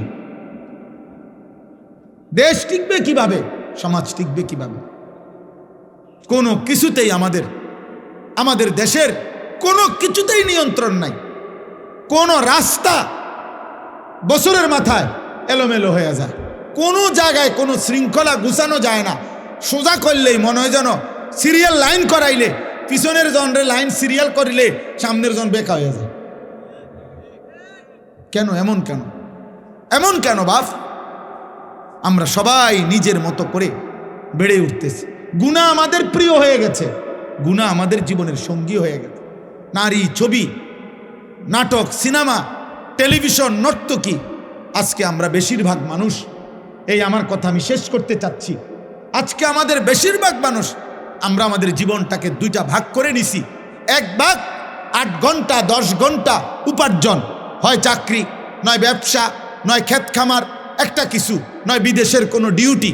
এই 8-10 ঘন্টা কর্ম করে, আর বাকি যতক্ষণ ঘুম না যায় বাকি টাইম বিনোদন, হয় গান, নয় নাটক, নয় সিনেমা, নয় টেলিভিশন, নয় বন্ধুদের সাথে আড্ডা, নয়তো চটপটি খাইতেছে, নয়তো মহিলা বাজারে ঘুরতেছে, বিনোদন। তাহলে একবেলা কর্ম, আরেক বেলা বিনোদন। তো আল্লাহ কই, রসুল কই, আখেরাত কই, কবর কই, পরকালের ভাবনা কই? মা জানে না গত 24 ঘন্টায় তার ছেলেটা কি করছে। বাবা জানে না গত 24 ঘন্টায় তার ছেলেটা কোত্থেকে গেছে, কোথায় কি করছে, বাপের খবরও নাই। এভাবে তো মানুষ গড়ে না রে বাবা, এভাবে গড়ে না। আমার আম্মার বয়স 75 বছর, আমার মা অসুস্থ দুর্বল মা আমার, আলহামদুলিল্লাহ আমার সেই মা আজও এই 75 বছর বয়সেও যখনই মার সাথে কথা বলি, মা জিজ্ঞেস করে ফুত নামাজ পড়ছো? এখনো জিজ্ঞাসা করে, এখনো জিজ্ঞেস করে। আমার পড়ালেখার পুরা জীবন আমার মনে আছে। আমার বাবা, আমার মা, আমার বড় ভাই আমার দিকে পুরাপুরি নজর রাখছে। আমি একবারের চুল 3 বার কাটাইছে, শুধু সামান্য 19-20 হয়েছে। আমার জীবনে কোনোদিন একটা এম্বোটারি পাঞ্জাবি পরতে দেয় নাই। আমার জীবনে কোনোদিন একটা রঙিন টুপি আমি জীবনে কোনোদিন পরি নাই। তাইলে বাপ জীবনে কেউ ধরে রাখতে হয়, মানুষ বানাইতে হইলে। আর শুধু উপার্জন করবে, টাকা রোজগার করবে, এটার জন্য কেউ ধরে রাখতে হয় না। তার পেরেশানি, কারণ তার টাকা দরকার, যখন সে একটা না একটা কর্ম করে। হালাল হারাম বুঝি না, তার দরকার হলো টাকা। টাকা রোজগার করার জন্য মানুষ, তখন আর এটা সহজ, এটার জন্য এত টেনশন করতে হয় না। আমনে মরে গেলে আমনের ফুতে টাকা রোজগার করবেনি না, অভাব তাকে উপার্জন করাইতে বাধ্য করবে, প্রয়োজন তাকে উপার্জন করাইতে বাধ্য করবে। সে কর্ম করবেই, কারণ তার তো টাকা দরকার। এটা তো সহজ বিষয়, এটার জন্য এত কিছু লাগে না। কিন্তু মানুষ বানাইতে হইলে, চরিত্রবান বানাইতে হইলে, উত্তম আখলাকওয়ালা বানাইতে হইলে, আখিরাতের মুক্তির জন্য বানাইতে হইলে ধরে রাখতে হয়, টেনে ধরতে হয়, দিন শিখাইতে হয়, আখিরাত শিখাইতে হয়, জোর করে নামাজ পড়াইতে হয়। এই জন্য আমরা কিতাবের মধ্যে পড়ছি যে মনের চাহিদা, মানুষের মনের চাহিদা ওই বাচ্চার মতো, যেই বাচ্চা মায়ের বুকে দুধ পান করে। কথাটা খেয়াল করেন, অর্থাৎ বাচ্চা যেটা দুধ পান করে মায়ের, 2 বছর পূর্ণ হইলে মহিলারা যেই কোনো বাচ্চাকে জোর করে দুধ ছাড়ায়। অর্থাৎ এটার জন্য বাচ্চা অনেক কাঁদে, চিৎকার করে, কান্নাকাটি করে, কিন্তু 2 বছর পূর্ণ হইলে মহিলারা বুকের দুধ ছাড়ায়। অর্থাৎ বাচ্চারে আর কোনোভাবে দুধ পান করতে দেয় না। এটা যদি 2 দিন, 5 দিন, 15 দিন মহিলা জোর করে যদি চেষ্টা না করে, এই বাচ্চা কিতাবে লিখছে, এই বাচ্চা 12 বছরও যদি হয়ে যায়, মহিলা যদি জোর না করে, তার দুধ না ছাড়ায়, তাইলে সে দুধ ছাড়বে না, সে বুকের দুধ পান করতে চাইবে। এই জন্য নিয়ম হইল, মানুষের মনের চাহিদাকে কেউ যদি জোর করে আল্লাহর দিকে না ফিরায়, গুনাহ থেকে না বাঁচায়, আল্লাহর দিকে না ফিরায়, জোর করে যদি নামাজ না পড়েন, জোর করে যদি গুনাহ থেকে না বাঁচেন, জোর করে যদি নারীর থেকে চেহারা না নামান, খোদার কসম 100 বছর না, বয়স যদি 900 বছর হয় আর নিজে যদি জোর না করে, তাহলে এই বুড়ো নারী দেখার লোভ তার যাবে না কোনোদিন। এই জন্য দেখবেন বহু বুড়া মানুষ আছে, বাঁকা হয়ে গেছে, কিন্তু বুড়া চা দোকানে বসে বসে রাক্ষসের মতো নর্তকীর নাচ দেখে। বুড়ার খাচ্ছ ভালো হয়েছে রং কেন? ওই যে সে যে ধরে নাই নিজেকে, গুনার হাতে ছেড়ে দিছে। এই জন্য 60 বছর বয়স কিন্তু এখনো কথায় কথা গালি দেয়। 60 বছর বয়স এখনো কাঁচা মিথ্যা কথা কয়। 60 বছর বয়স এখনো সুদ খায়, কিস্তি নেয়। 60 বছর বয়স এখনো টেলিভিশনে নর্তকী দেখে। আপনার আড্ডি নাই, গিরাগাড়ি জোরাজারি, শরীরের কিচ্ছু নাই, আপনি কীর্তন বেরিয়ে দেখেন কেন? কেন দেখবে বলেন? নাউজুবিল্লাহ। হ্যাঁ, এটা বুঝতে হবে। আমরা এটাই বুঝাইতে চাই আমি, অর্থাৎ মানুষের অন্তরের চাহিদা, নফসের চাহিদা গুনাহ করাইতে চায়, জোর করে টেনে ধরতে হয়, জোর করে। যে নারী দেখা তো সহজ, চোখ নামানো কঠিন। মিথ্যা বলা তো সহজ, কিন্তু সর্বদা সত্য বলা কঠিন। শুইয়া থাকা তো সহজ, কিন্তু ফজরের নামাজের জন্য উঠা কঠিন। তাইলে এটা তো কঠিন বাবা। কিন্তু ওই কঠিনটা যে করতে পারে, সফলতা, বিজয়, কামিয়াবি তার কপালেই পদচুম্বন করে। সেই মানুষ, সেই সার্থক। পুরুষ তো পুরুষই, মানুষ তো মানুষই বেটা। মানুষ কেন কাপুরুষ হবে? কাপুরুষ হবে কেন? অতএব আজকে এই রাত গভীরে আমি আপনাদের কাছে অনুরোধ করছি, প্রত্যেকেই দয়া করে, ছেলেরা, বাবারা, তোমার উপরে তুমি রহম করো আব্বা। হাসি দিয়ে উড়াই দিও না। হাসি তোমার প্রত্যাশা, তোমার সমর্থনের আশায় আমি আসি নাই। আর এই কথা জরুরি মনে রাখো বাবা, আল্লাহর দিন গত 1450 বছর ধরে আছে, আগামীতেও থাকবে, আগামীতেও থাকবে। তোমার মতো আমার মতো ফালতু লোক ছাড়াও ইসলাম টিকবে। যেদিন নবীজি মক্কায় কালেমার দাওয়াত দিছেন, সেদিন আবু জেহেলকেও দাওয়াত দিছেন, আবু লাহাবকেও দাওয়াত দিছেন, আবার আবু বকর ওমরকেও দাওয়াত দিছেন। আল্লাহ বলছে, বন্ধু আপনি দাওয়াত দেন, সবাইকে নেব আমি। এজন্য আল্লাহ নিছেন আবু বকরকে, নেন নাই আবু জেহেলকে। আল্লাহ নিছেন ওমরকে, নেন নাই আবু লাহাবকে। তো আবু জেহেল, আবু লাহাবের মতো এই নিকৃষ্ট বেঈমান ছাড়াও ইসলাম বিজয় হয়েছে। তাহলে তোমার মতো অপদার্থ, চরিত্রহীন নারী ছবি আর এই বেঈমানের মতো চুল যারা রাখছো, তোর মতো কাপুরুষ ছাড়াও ইসলাম টিকবে বেটা। মনে রাখিস, তুই কোনো কামে লাগলি না আর কি, আল্লাহর দ্বীনের কামে লাগলা না আর কি। তুমি কামলা এই বেডি চাই এই শেষ হইলা, তোমার জীবন চলে গেল এই বাতে মাসে আর পেশাব পায়খানায়। এতটুকুই আর কি। ইসলাম বিজয় হবে, কালেমা বিজয় হবে, ইমানের বিজয় হবে, সারা পৃথিবীময় ইসলামের পতাকা উড়বে, কোনো সন্দেহ নাই। আল্লাহ রসুলের কথা মিথ্যা হয় না। নবীজি বলছে, যদি শোনো যে কেয়ামতের আর একদিন বাকি, আল্লাহ নবী বলছে তখনও দাজ্জাল আসবে, তারপরেও মাহাদি আসবে এবং দাজ্জালের পতন হবে, আর মাহাদির নেতৃত্বে সারা পৃথিবীময় কালেমার পতাকা উড়বে। অতএব পৃথিবী, আমি কিংবা আমার ছেলে কিংবা তার ছেলে, আমাদের যেই কোনো জেনারেশন, ইনশাআল্লাহ খোদার কসম, নবীর ভবিষ্যৎবাণী, ইসলামের পতাকা সারা পৃথিবীময় আরেকবার উড়বে। সারা পৃথিবীতে ইসলামের খেলাফত প্রতিষ্ঠিত হবে। এটা কোনো যুক্তিতেও যদি আপনার আমার বুঝে না আসে, কিন্তু নবীজি বলছেন, এই কথার উপরে ভিত্তি করে ইয়াকিন, এটা হবেই হবে, হবেই হবে, হবেই হবে ইনশাআল্লাহ, কোনো সন্দেহ। যখন হইতে লাগে তখন মালিকে বুঝায় এমনে হয়, যখন বাগন লাগে তখন বাগবার সময় মানুষে বুঝে এ এমনে বাগছে হেলিকপ্টার দিয়ে। এর আগে 10 মিনিট আগে, 5 মিনিট আগে এই বাংলাদেশের কোনো সাংবাদিক, কোনো বুদ্ধিজীবী, কোনো আন্দোলনকারী কেউ আপনার সিদ্ধান্ত বা কোনো ভবিষ্যৎবাণী দিতে পারে নাই যে উনি বাগবে কেমনে।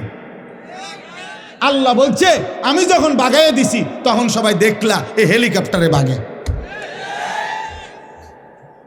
জি জি, 10 মিনিট আগে কেউ বুঝে নাই, 10 মিনিট আগে কেউ বুঝে নাই ফেরাউন কিভাবে ডুববে। 10 মিনিট আগে কেউ বুঝে নাই নমরুদ কিভাবে ধ্বংস হবে। কেউ বুঝছে? বুঝে না। এই পৃথিবীর কোনো জালেম, এই পৃথিবীর কোনো পাপী জানে না তার পতন কিভাবে, কিন্তু আল্লাহ ঠিকই জানে। আল্লাহ ঠিকই জানে। মালিক যখন চায় সব ইন্তজাম হয়। অতএব আজকে আমি এটাই বললাম, গুনাহ ছাড়ো, গুনাহ ছাড়ো আব্বা, নাফরমানি ছেড়ে দাও বাপ, 5 ওয়াক্ত নামাজ পড়ো, আল্লাহকে মানো, দিন মানো, দিন মানো, নিজের ভালো করো, নিজের ভালো করো। তোমরা অনেক ছেলে এখানে, তোমাদেরকে বললাম বাবা, নষ্ট হইও না, চরিত্রহীন হইও না রে বাপ, লম্পট হইও না, পাপী, চরিত্রহীন, লম্পট। খোদার কসম, তোমার রাত গভীরে না, 7 তবক জমিনের নিচে, আমি আনিস বললাম, মাটির সবচেয়ে নিচেও যদি গিয়া তুমি মোবাইলে নর্তকী দেখো, তারপরও তুমি মনে করছো খুব গোপনে, না, খোদার কসম নবী বলছে, পাপীর একাকিত্বের পাপের চিহ্ন আল্লাহ তাআলা দিনের আলোতে মানুষের চোখে ভাসিয়ে দেয়। মানুষ চেহারা দেখলেই বুঝে, মানুষ চোখ দেখেই বলে দেয়, তারে দেখতে মনে হয় ফুট্টাখোর, তারে দেখতে মনে হয় বাবাখোর, তারে দেখতে মনে হয় গাঁজাখোর, তারে দেখতে মনে হয় 6 নম্বর 2 নম্বর। তার চেহারা দেখতেই বোঝা যায় তে অসৎ কোনো জায়গার থেকে আইছে। অথচ সে তোমার সাথে ছিল না, কিন্তু চোখ বলে দিছে। এটা আল্লাহর কুদরত, আল্লাহর কুদরত। মানুষ জুনায়েদ বাগদাদিকে ডাকাইত বলে না, ডাকাইতেরে জুনায়েদ বাগদাদি বলে না। মানুষ দিনের রাত বলে না, রাতকে দিন বলে না।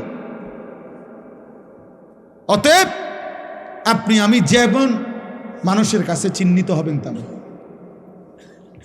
এটাই সত্য, এটাই সত্য।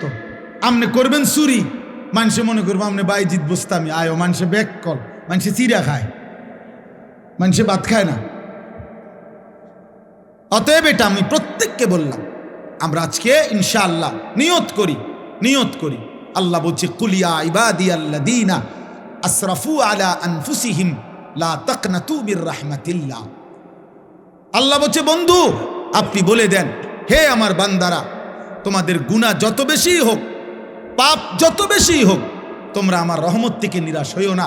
আমি আল্লাহ ওয়াদা দিলাম, যথাযথ পন্থায় আমার কাছে আসলে আমি সমস্ত গুনাহ মাফ করে দেব। ইন্নাহু হুয়াল গফুরুর রাহিম, আমি আল্লাহ ক্ষমাশীল, আমি দয়াবান। যথাযথ পন্থা কি?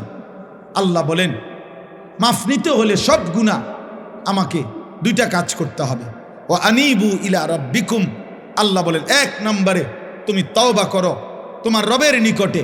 তওবা করো মানে তুমি আগের গুনাহ ছেড়ে দাও, আর করবে না, ওয়াদা দাও, লজ্জিত হয়ে মাফ চাও। আল্লাহ বলেন এই 3টা জিনিস, গুনাহ ছেড়ে দিবা, আর করবা না, ওয়াদা দিবা, লজ্জিত হয়ে মাফ চাইবা, তাহলে আমি আল্লাহ তোমার এমন তওবা শতভাগ কবুল করে আসমান পর্যন্ত গুনাহ হলেও মাফ করে দেব। ও আসলিমু লাহু, আর 2 নম্বরে এখন থেকেই, যখন থেকে ভুল বুঝতে পেরেছ, এখন থেকেই আমার আনুগত্য শুরু করো, এখন থেকেই নামাজ পড়ো, এখন থেকেই গুনাহ ছাড়ো, এখন থেকেই হালাল পন্থায় চলো, এখন থেকেই আমি আল্লাহর গোলামি শুরু করো। মিন ক্বাবলি আন ইয়াতিয়াকুমুল আযাবু সুম্মা লা তুনসারুন, আল্লাহ তাআলা বলেন যে বান্দা এই 2 কাজ, 1 নম্বরে গুনাহ ছেড়ে দিয়ে তওবা করো, 2 এখন থেকেই আমার আনুগত্য ইসলাম মানা শুরু করো। এই দুটোটাই আল্লাহ বলছে আযাব আসার আগে, অর্থাৎ মৃত্যু আসার আগেই করে ফেলো। সুম্মা লা তুনসারুন, কিন্তু মৃত্যু আসলে তোমাকে আর সাহায্য করা হবে না, সেদিন আর তুমি কিছুই করতে পারবে না, কিছুই করতে পারবে না। ওয়াত্তাবিউ আহসানা মা উনজিলা ইলাইকুম মির রাব্বিকুম, আল্লাহ বলেন আর সর্বশেষ তোমার জীবনটা তুমি আমার কোরআনের অনুসরণ করো। মিন ক্বাবলি আন ইয়াতিয়াকুমুল আযাবু বাগতাতাও ওয়া আনতুম লা তাশউরুন, আমি আল্লাহর পক্ষ থেকে হঠাৎ মৃত্যু আসার আগেই যা তুমি বুঝতেও পারবে। আমার ভাই, আমার বন্ধু, আমার কথা শেষ, আমার কথা শেষ। আমি প্রতিটা যুবক, প্রতিটা কিশোর, প্রতিটা বাবা, পর্দার আড়ালের মা বোন, আমিও আপনাদেরকে বলি, না শুনলেও কোনো অসুবিধা নাই। আজ 21 বছর ধরে মালিকের কথা আমরা এইটুকু বলার চেষ্টা করি সবসময়, এই আশায় বলি যে হেদায়েত, পরিবর্তন আল্লাহর হাতে। পৃথিবীর কোনো বক্তার হাতে পরিবর্তন নেই। পরিবর্তন কার হাতে? হেদায়েত কার হাতে? আল্লাহর হাতে। সর্বশ্রেষ্ঠ রাসূলের হাতেও হেদায়েত নাই, হেদায়েত আল্লাহর হাতে। বলে যাওয়া দায়িত্ব, বলে যাওয়া। এই জন্য আমরা বলে যাই, আলহামদুলিল্লাহ আমরা আশাবাদী। প্রতিদিন বাংলাদেশে, এই আমার শেষ 2 মিনিটের কথা, প্রতিদিন বাংলাদেশে এখন দেশের হালাত অনেক ভালো। এটিকে ভালো যে প্রতি মুহূর্তে এখন যুবক, কিশোর, নওজোয়ান, এই নতুন প্রজন্ম ইসলামের দিকে ফিরছে। আলহামদুলিল্লাহ, এটা আমাদের জরিপ। আমরাও দেশের খোঁজ খবর রাখি। আমরা চাঁদের দেশে থাকি না, আমরা মঙ্গল গ্রহে থাকি না, আমরা এই দেশেই থাকি। আলহামদুলিল্লাহ, অসংখ্য অগণিত যুবক আমার জানা মতে, আলহামদুলিল্লাহ, যারা গুনাহ করতে করতে বিরক্ত হয়ে গেছে, এখন আর ভাল লাগে না, এখন আর ভাল লাগে না, নতুন কিছু চাচ্ছে। এই নতুনটাই ইসলাম, নতুনটাই ইসলাম। বাংলাদেশের অগণিত ইউনিভার্সিটিতে বর্তমানে নওজোয়ান ছেলেরা আল্লাহর কথা, রসুলের কথা, নবীর জীবনের কথা শুনে চোখের পানি ফেলে অঝরে কাঁদতেছে। এই সেদিন সারা পৃথিবী দেখছে। নর্থ সাউথ ইউনিভার্সিটির ছেলেরা রাসূলুল্লাহ সাল্লাল্লাহু আলাইহি সাল্লামের সিরাত জীবনের কথা শুনে হলে উপস্থিত মঞ্চে অঝরে বাচ্চার মতো কাঁদছে। ইউনিভার্সিটির ছেলেরা, বহু ইউনিভার্সিটির ছেলেরা আমগোর সাথেও যোগাযোগ করে যে আলহামদুলিল্লাহ হুজুর, আমরা আমাদের জায়গা থেকে দ্বীনের কাজ করছি, কোনো দল পার্টি বুঝি না, আমি আল্লাহর দিকে ফিরছে। তুমি যুবক, তুমি কিশোর, মনে রাখো তুমি হয়তো বাদ পড়ে যাবে। ইমানদার ঠিকই জাগবে। আলহামদুলিল্লাহ সারা বাংলাদেশে আমরা একটা মেহনত করি। সমস্ত নওজোয়ান আমি দাওয়াত দিলাম, আমাদের একটা ছোট্ট মেহনত আছে। সেটা কি? ফজর ক্যাম্পেইন। আমরা এই কাজটা করি, মানে ফজরের নামাজের মুসল্লি বৃদ্ধির চেষ্টা করি কিশোর যুবকদের মাধ্যমে। কিশোর যুবক বর্তমান সময়ে ফজরের নামাজে তাদেরকে উপস্থিত করাবার চেষ্টা খুব করা উচিত, খুব করা। এই জন্য আলহামদুলিল্লাহ এখন ব্যাপকভাবে আমরা চেষ্টা করি, বলি যে একজন যুবক, একজন কিশোর, তুমি সিদ্ধান্ত নিবা যে আমি ফজরের নামাজ পড়ব, আমার একজন বন্ধুকে ফজরের নামাজের জন্য উঠাবো। তোমরা 2 জন হবা, তোমরা 2 জনকে আবার ডাকলে 4 জন হবে, 4 জনে ডাকলে 8 জন হবে, 8 জনে ডাকলে 16 জন হবে। এইভাবে ইনশাআল্লাহ ফজরের মুসল্লি বাড়বে। ফজরের মুসল্লি কেন বাড়ানো দরকার? 1 নাম্বার কথা হলো, ফজরের মুসল্লি যারা রাসূলের হাদিসের বাণী মাহাদির সৈনিক, তারা ফজরের মুসল্লি দ্বারা যারা দাজ্জালের বিরুদ্ধে লড়বে, তারা ফজরের মুসল্লি যারা বিশ্বময় ইমানের পতাকা উড়াবে, তারা। এই জন্য আগামীর পৃথিবীতে ফজরের মুসল্লি আল্লাহর জন্য লড়াই করবে। এই জন্য তোমাদেরকে বললাম, যুবক তোমরা তোমাদের জায়গায় মেহনত কর। আলহামদুলিল্লাহ বাংলাদেশে আমি গতকালকেও এক মাহফিলে ছিলাম, 40 জন, আমাদের মুরাদনগরের কোনায় এক মাহফিলে 40 জন কিশোর আলহামদুলিল্লাহ নিয়মিত ফজরের নামাজ পড়ে ওদেরকে আমরা পুরস্কৃত করছি। সারা বাংলাদেশে এখন আমাদের এক উপজেলায় 4,500 কিশোর যুবক আছে যারা প্রতিদিন ফজরের নামাজ জামাতে পড়ে। 250, 200, 2200, 2100 এরকম ছেলে আছে বিভিন্ন অঞ্চলে যারা ফজর পড়ে। এটা কোনো দল না, পার্টি না, কোনো সংগঠন না, সামনে নির্বাচনে কোনো মার্কা না। আল্লাহর জন্য ফজরের মুসল্লি বৃদ্ধির চেষ্টা করি। আমার ব্যক্তিগত সাধনা, কিশোর নওজোয়ান আল্লাহর দিকে ফিরবে। এই জন্য আমি আমার মাদ্রাসা কুমিল্লা ক্যান্টনমেন্ট ময়নামতি সাহেবের বাজার, ওইখানে 118 শতক জায়গা আলহামদুলিল্লাহ বড় জায়গা কিনছি। আমার একটা আশা, একদিকে বাচ্চাদের মাদ্রাসা হবে, একদিকে সারা বাংলাদেশের যত কিশোর যুবক স্কুল কলেজ ইউনিভার্সিটিতে পড়ে অথবা পড়ে না, অথবা অন্য বয়সী একেবারে দিন মজুর কুলি ঠেলাওয়ালা, বছরের যেই কোনো সময় আমি আলাদা মাদ্রাসা করতে চাচ্ছি, শিক্ষক কর্মচারী রেখে আলাদা, যে যেই কোনো দিন যার যেটুকু সময় হয় এটুকু সময়ের জন্য মাদ্রাসায় আসবে, দিন শিখবে। জেদ্দুর এদ্দুর আমার একটা স্লোগান, যে আসবে যখন দিন শিখবে তখন, যার সময় যতক্ষণ দিন শিখবে ততক্ষণ, কম হোক বেশি হোক। একটা তুমি অজুটাই শিখো, তুমি রুকুটাই শিখো, তুমি আলহামদুলিল্লাহ সূরাটাই ঠিক করো, অল্প হোক।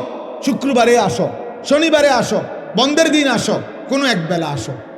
আলহামদুলিল্লাহ এই পর্যন্ত এই 2025 সালে আমার মাদ্রাসায় আমরা 2টা বন্ধে, প্রথম সাময়িক এবং দ্বিতীয় সাময়িক পরীক্ষার বন্ধে 3 দিন স্কুল কলেজের ছেলে বরাবর একদম রেজিস্ট্রেশন করা 500-র মতো কিশোর ছেলে, যুবক ছেলে, কলেজ ইউনিভার্সিটির স্কুলের আমরা অজু, নামাজ, সূরা, কেরাত, দোয়া, কালাম শিখাইছি। আরবার হবে ইনশাআল্লাহ রমজানের আগে, এবং এটাকে সারা বছরের রূপ দিতে চাই। আমার এই মাদ্রাসার জায়গার জন্য আপনাদের কাছে আমি দোয়া চাই। আমার এই মাদ্রাসার জায়গায় যদি কেউ পারেন অংশগ্রহণ করবেন। প্রায় 2.5 কোটি টাকার উপরে জায়গার দাম, শুধু মাটির দাম। তো আমার একটা নিয়ত করছি আমরা, যে 4,200 টাকা আমাদের এক মুসল্লা পরিমাণ, জায়নামাজ পরিমাণ জমির দাম। কোনো বয়সী মানুষ ওনারা যদি দেয় আমাদের মাদ্রাসায়, আমরা ওনারে আজীবন আমাদের মাদ্রাসার উন্নয়ন সদস্য বানাবো।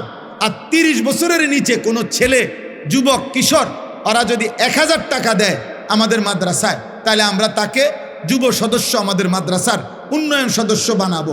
তার নাম অন্তর্ভুক্ত করে মোবাইল নাম্বার পাইলে আমরা ইনশাআল্লাহ তার নাম এন্ট্রি করব এবং আমরা ইনশাআল্লাহ তার জন্য দোয়ার মধ্যে সে সদকায়ে জারিয়ার সওয়াব পাবে। আমাদের এই কাগজটা নিয়েন, যারই মন চায় এই কাগজে এই কথাটা লেখা আছে, বিকাশ নাম্বার আছে। আপনাদের কারো সুযোগ হইলে, ভাল লাগলে, পারলে 1000 টাকা দিবেন, অথবা 4200 টাকা দিবেন, অথবা কম বেশি হইতে পারে, হাতে দিলে হাতে দিবেন, অথবা আপনারা মোবাইলে বিকাশে পাঠাবেন। না পারলে দোয়া করবেন, কোনো অসুবিধা নেই। অনেক প্রবাসী আছে, অনেকের বাবা ভাই আছে, যার মন চায় সে পারলে দিয়েন। আল্লাহ তৌফিক দান করেন। আজকের এই মসজিদের মাহফিল আল্লাহ কবুল করে নেন। জীবনটা সবার কাছে অনুরোধ, রাসূলুল্লাহ সাল্লাল্লাহু আলাইহি সাল্লামের একটা সুন্নত। যুবক ভাই, তুমি যেহেতু সুন্দর হতে চাও, তো নবীর মতো সুন্দর হও, সাহাবাদের মতো সুন্দর হও।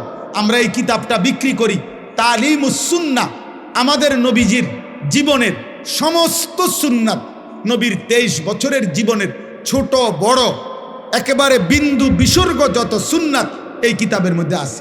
বাংলা ভাষায় প্রায় 600 পৃষ্ঠা ব্যাপী নবীজির সুন্নাতের উপরে পূর্ণাঙ্গ প্রামাণ্য দলিল সহ একটা কিতাব এটা। আমরা এটা ঢাকার একজন বড় বুজুর্গ, গাজীপুরের অধ্যক্ষ মিজানুর রহমান চৌধুরী, বাংলাদেশের একজন বহুত বড় আল্লাহওয়ালা, অনেক আলেমদের সমন্বয়ে উনি এই কিতাবটা লিখছেন। উম্মতের ঘরে ঘরে যেন নবীজির সুন্নতের একটা কিতাব পৌঁছে, যার যখন সময় হয় পড়লে একটা সুন্নত শিখবেন, আমল করবেন। আপনাদের কাছে বললাম, আমাদের সাদা গাড়িতে যাওয়ার সময় 400 টাকা মূল্যে কারো সুযোগ হলে কিনবেন। আল্লাহ তৌফিক দেন, আল্লাহ কবুল করেন। আমার মাদ্রাসায় প্রত্যেক মাসের 2য় শনিবার মাসিক ইসলাহি মাহফিল হয়। সেখানে যুবক ভাই, বয়স্ক বাবা, যারই সুযোগ হয় অংশগ্রহণ করার, শরীক হওয়ার চেষ্টা করবেন। আল্লাহ তৌফিক দান করেন।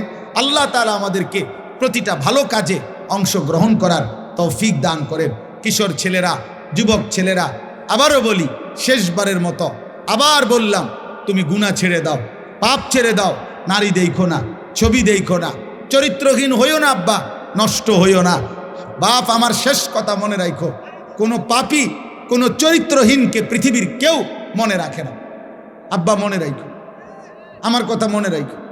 মানুষ চরিত্রহীনকে, মানুষ দুষ্টকে, লম্পটকে মানুষ শ্রদ্ধার সাথে স্মরণ করেন। পাপীর নাম থাকে না বাপ, নাফরমানের নাম থাকে না। এই জন্য আমি সবসময় বলি, ফেরাউন এই নামে পৃথিবীর কেউ কোনো কুত্তার নামও রাখে না। নমরুদ এই নামে পৃথিবীর কেউ কোনো কুত্তার নামও রাখে না। আবু জেহেল এই নাম পৃথিবীর কেউ কুত্তার নামও রাখে না। আবু লাহাব এই নাম পৃথিবীর কেউ কোনো কুত্তার নামও রাখে না। অথচ ওরাও দুনিয়া ভোগ করছে। ফেরাউন নমরুদ দুনিয়া ভোগ করে নাই তাইলে? কিন্তু বেলাল কালো মানুষ ছিল, নিগ্রু গোলাম, যাকে তার মনিব অবর্ণনীয় জুলুমার নির্যাতন করছে, কিন্তু সেই বেলাল আল্লাহকে রাজি করছে। এক কালো গোলাম, এক হাবশার গোলাম, কিন্তু আল্লাহকে রাজি করেছে। আজ পৃথিবীর লক্ষ কোটি ইমানদারের সন্তানের নাম বেলাল। মুমিনের নাম থাকে বাপ, চরিত্রহীনের নাম থাকে না। আল্লাহ আমাদের সবাইকে ঈমান আমলের তৌফিক দান করেন। আল্লাহ আমাদের সবাইকে নেক জীবন দান করেন। আলহামদুলিল্লাহি রাব্বিল আলামিন। আল্লাহুম্মা আনতাস সালাম ওয়া মিনকাস সালাম, তাবারাকতা ইয়া যাল জালালি ওয়াল ইকরাম। মাওলাই করিম, আপনি মাফ করে দেন। রব্বে করিম, আপনি মাফ করে দেন। মেহেরবান মাওলা, আপনি মাফ করে দেন। আয় আল্লাহ, আজকের এই মাহফিল খানা আপনি কবুল করে নেন। আমাদের পিছনের জিন্দেগির সমস্ত গুনাহ মাফ করে দেন। আগামী জীবন আপনি সুন্দর করে দেন। ঈমান আমল দান করেন, ইজ্জত আফিয়ত দান করেন, তাকওয়া তহারত দান করেন। সেজদাওয়ালা কপাল বানিয়ে দেন, কাঁদনেওয়ালা চোখ বানিয়ে দেন, জিকিরওয়ালা জবান বানিয়ে দেন, মোহব্বতওয়ালা দিল বানিয়ে দেন, সুন্নতওয়ালা জীবন বানিয়ে দেন। আল্লাহ আমাদের জীবন সুন্দর করে দেন, আমাদের আখিরাত সুন্দর করে দেন। সমস্ত কবরবাসীদেরকে মাফ করে দেন।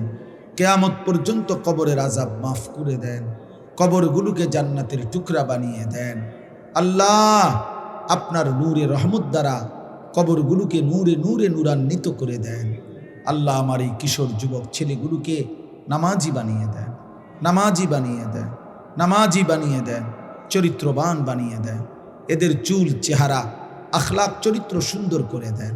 মোবাইলের আসক্তি থেকে বাঁচান, নারীর আসক্তি থেকে বাঁচান, মদ জুয়া জিনা ব্যভিচার গান বাদ্যের হারাম জীবন থেকে আল্লাহ নওজোয়ান মুসলিম যুবককে হেফাজত করেন। আগামীর মাহাদির সৈনিক হওয়ার জন্য ফজরের মুসল্লি হওয়ার তৌফিক দান করেন। আল্লাহ 5 ওয়াক্ত নামাজ পড়ার তৌফিক দেন। আমার বয়স্ক বাবা চাচাদেরকে আরও বেশি নেক আমলের তৌফিক দান করেন। মা বোনদেরকে পর্দা পুশিদা দান করেন। ফাতেমা রাবেয়া বসরিয়ার মতো ঈমান আমল দান করেন। বয়স্ক বাবা সবাইকে কবুল করেন, ছোট্ট মাসুম বাচ্চাদেরকে কবুল করেন। অনেক ওলামায়ে কেরাম আল্লাহ ওনাদেরকেও হায়াতে তয়্যিবা আফিয়া দান করেন।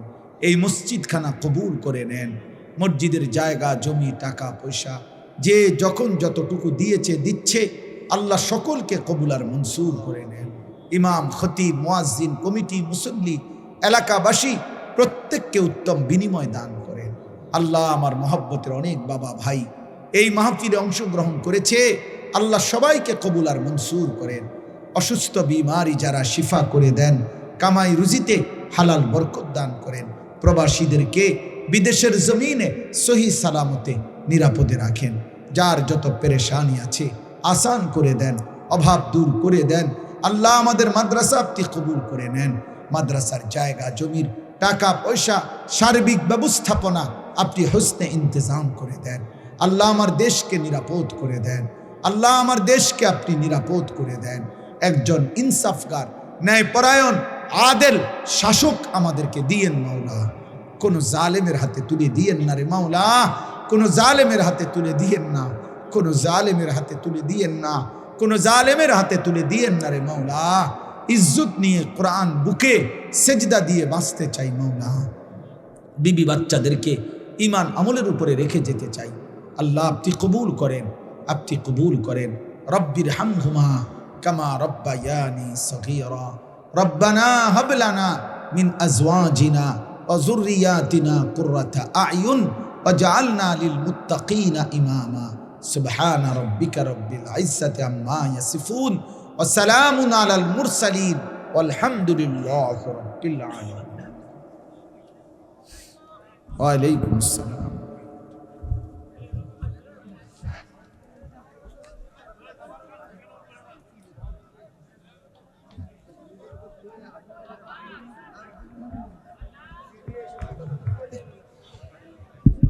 আসসালামু আলাইকুম ওয়া রাহমাতুল্লাহি ওয়া বারাকাতুহু। আলহামদুলিল্লাহ আলহামদুলিল্লাহি নাহমাদুহু ওয়া নাস্তাঈনুহু ওয়া নাস্তাগফিরুহু ওয়া নু'মিনু বিহি ওয়া নাতাওয়াক্কালু আলাইহি ونعوذ بالله من شرور أنفسنا ومن سيئات أعمالنا من يهده الله فلا مضل له ومن يضلله فلا هادي له ونشهد أن لا إله إلا الله وحده لا شريك له ونشهد أن سيدنا وحبيبنا ومولانا محمدا عبده ورسوله أما بعد فأعوذ بالله من الشيطان الرجيم বিসমিল্লাহির রহমানির রহিম।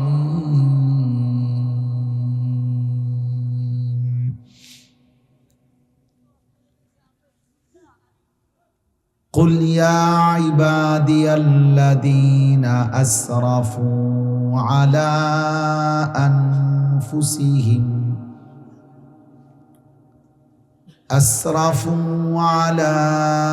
أنفسهم لا تقنطوا من رحمة الله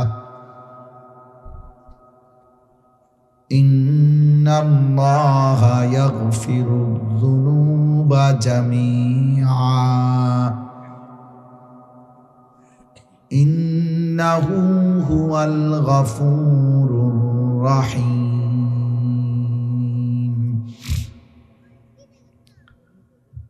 وأنيبوا إلى ربكم وأسلموا له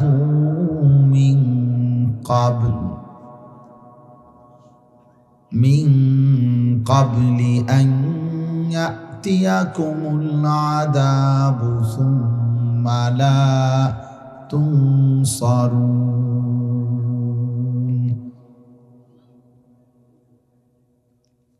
واتبعوا أحسن ما أنزل إليكم من ربكم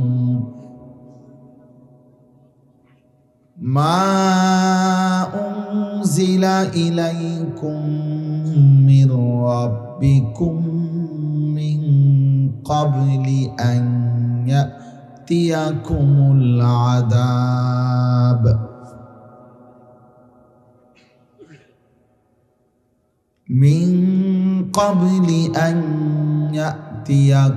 العذاب بغتة وأنتم لا تشعرون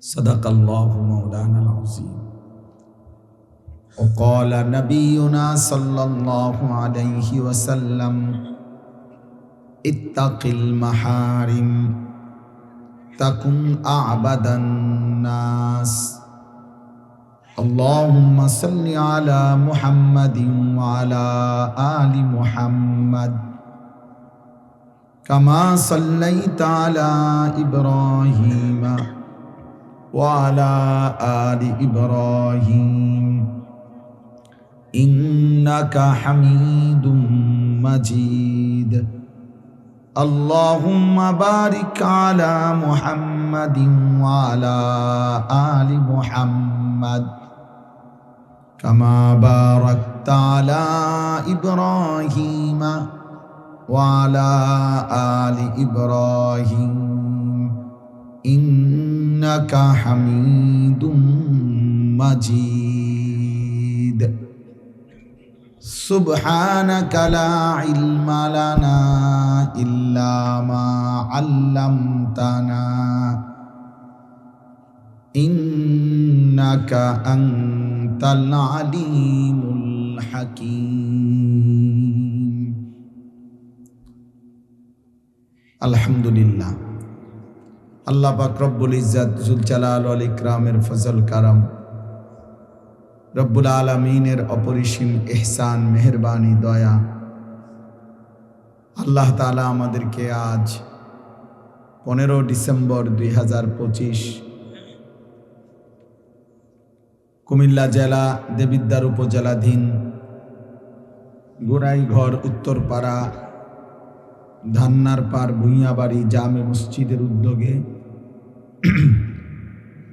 আজকের এই বার্ষিক তাফসিরুল কোরআন মাহফিলে আল্লাহ তাআলা আমাদেরকে আসবার বসবার আল্লাহর জন্যই জমা হওয়ার তৌফিক দান করেছেন আলহামদুলিল্লাহ। পবিত্র কোরআনুল কারীমের 24 নম্বর পারা 39 নম্বর সূরা, সূরাটির নাম হচ্ছে সূরায়ে জুমার। এই সূরার 53, 54, 55 এই 3টি আয়াত আমি আপনাদের সামনে তেলাওয়াত করেছি। ইনশাআল্লাহ এই 3টি আয়াতকে সামনে রেখে সামান্য কিছু কথা আমরা আরজ করতে চাই। আল্লাহ তাআলা আমাদেরকে তৌফিক দান করেন। শুরুতে 2টা কথা।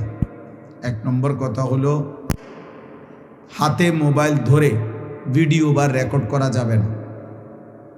এটা আমি স্পষ্ট নিষেধ করলাম। আমার এই কথাটা যার শুনতে মানতে কষ্ট হয়, আপনি চলে গেলে ভালো, অথবা আমি চেষ্টা করব আমি উঠাই দিতে। এই জন্য আমি যেন এরপরে আর একজনকেও হাতে মোবাইল ধরা অবস্থায় ভিডিও বা রেকর্ড করতে না দেখি, তাহলে আমি আপনারে ধমক দিয়ে উঠাই দেব। নিজের থেকে চলে গেলে আমার কোনো অসুবিধা নেই। মনে করেন রাগ করে চলে গেলেন যে আপনার মতো হুজুরের ওয়াজ শুনলাম না, আপনার মতো বেডাইত্র আমি বললাম না, বুঝেন নাই? এই জন্য আমার কোনো অসুবিধা নেই।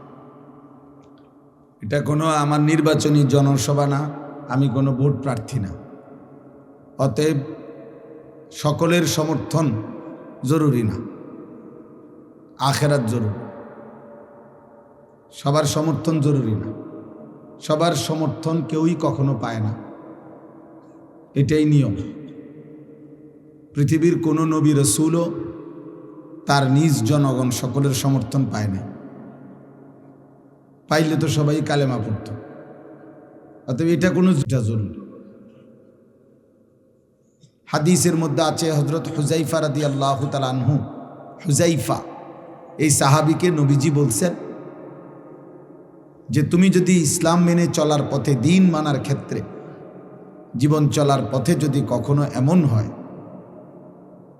যে তোমার সাথে আর কেউ নাই, রাসূলুল্লাহ সাল্লাল্লাহু আলাইহি সাল্লাম বলছেন প্রয়োজনে একা তোমার মাড়ির দাঁত দিয়ে গাছের গোড়ালি শিকড় কামড়াইয়া ধরবা, তারপরও দ্বীনের উপরে থাকবে। এই যে আপনি তো একবার এনে উঠাইলেন, কয়বার ছবি উঠানো দরকার আপনার বলেন? আপনি এনে উঠাইছেন না প্রথম, তাহলে সারছে তো আর কি। এখন ওটাতে লাগান, স্ট্যান্ডে লাগান, নাহলে আপনি আনেন কোনো স্ট্যান্ড, বাঁশ একটা কিনে আনেন। ভাই এটা জরুরি, আমার ডিস্টার্ব হয়, আমার কষ্ট হয়। 100 বার এখনো শুনেন মনোযোগ দিয়ে, বরকত হবে ইনশাআল্লাহ। আল্লাহ আপনারে বরকত দান করেন। ভালো ছিল, দোয়া করে দিচ্ছি।